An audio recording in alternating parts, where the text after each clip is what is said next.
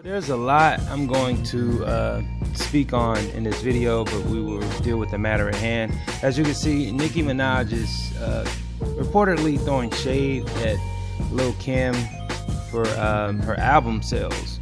Now, believe it or not, people, once you get into a certain stage of your career, which means you're not hot anymore, you're not going to sell any albums. Some people have that star power that lasts forever. Like they always have sellout concerts, like Cher and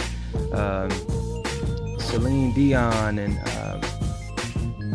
people of that sort. But unfortunately, in the hip hop community, you're only as hot as your last bar.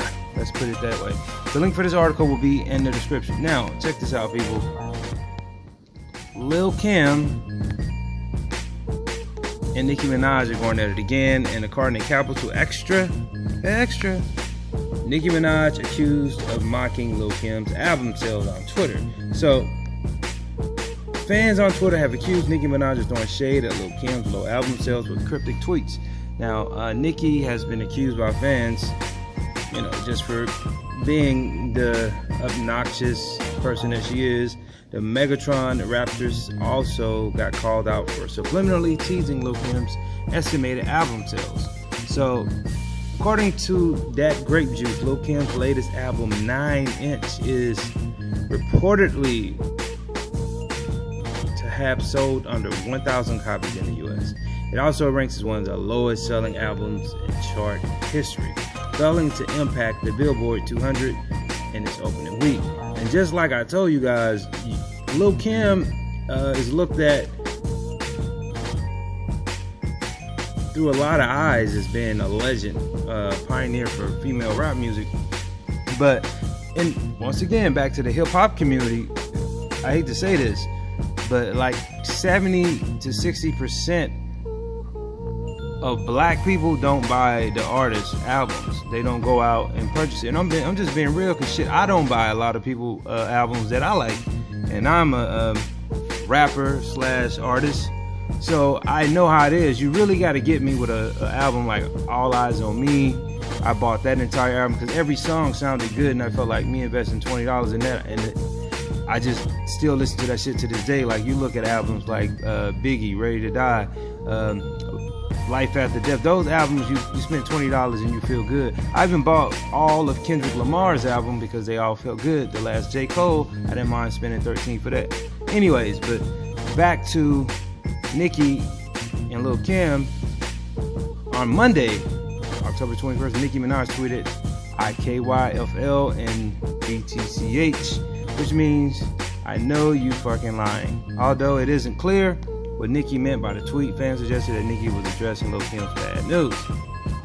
Now, this is historic for her to have these low numbers, and we all know Lil Kim is in her 40s, early 40s, which means her fire has not completely burned out, but there's somebody by the name of Megan Thee Stallion that is probably at this very moment the second hottest female artist in the world under Cardi B.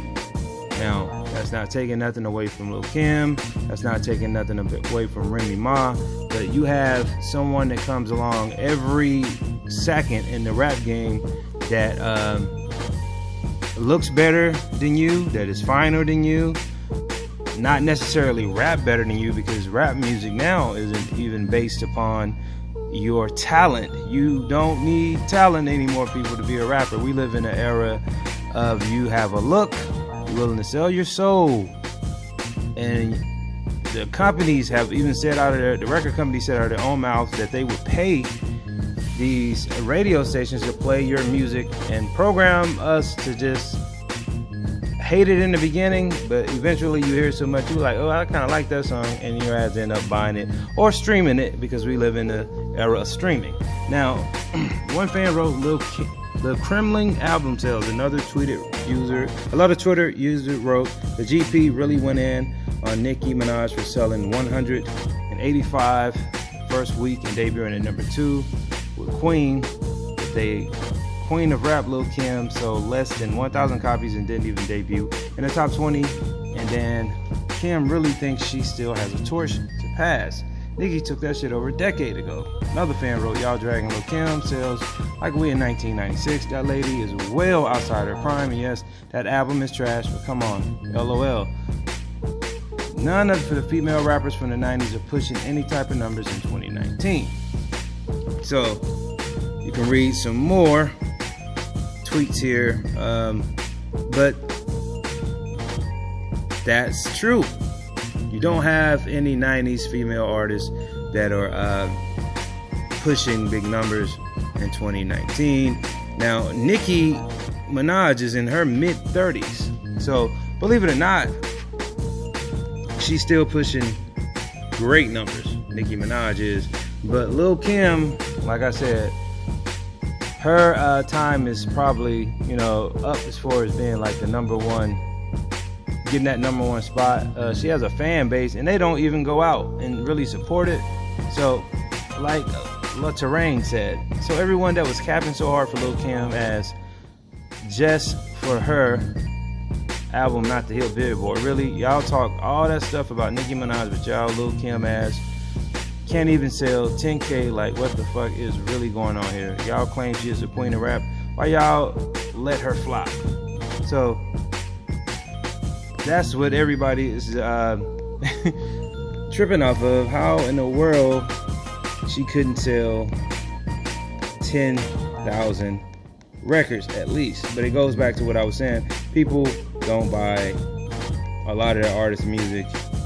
Megan Thee Stallion is on fire, and this is a time where most artists, when they hit a certain spot in their career, is just gone. Now, I had the privilege of seeing Nas and Mary J. Blige in their late 40s and mid 40s, and they still push units. Like, they still sell a significant amount of albums, and their concerts are still selling out. Now, another thing, I think a Lil Kim concert would do better than her making an album, and I think she would do good on a hot feature. Just, lend a bar here and there to somebody, but a couple bars here and there.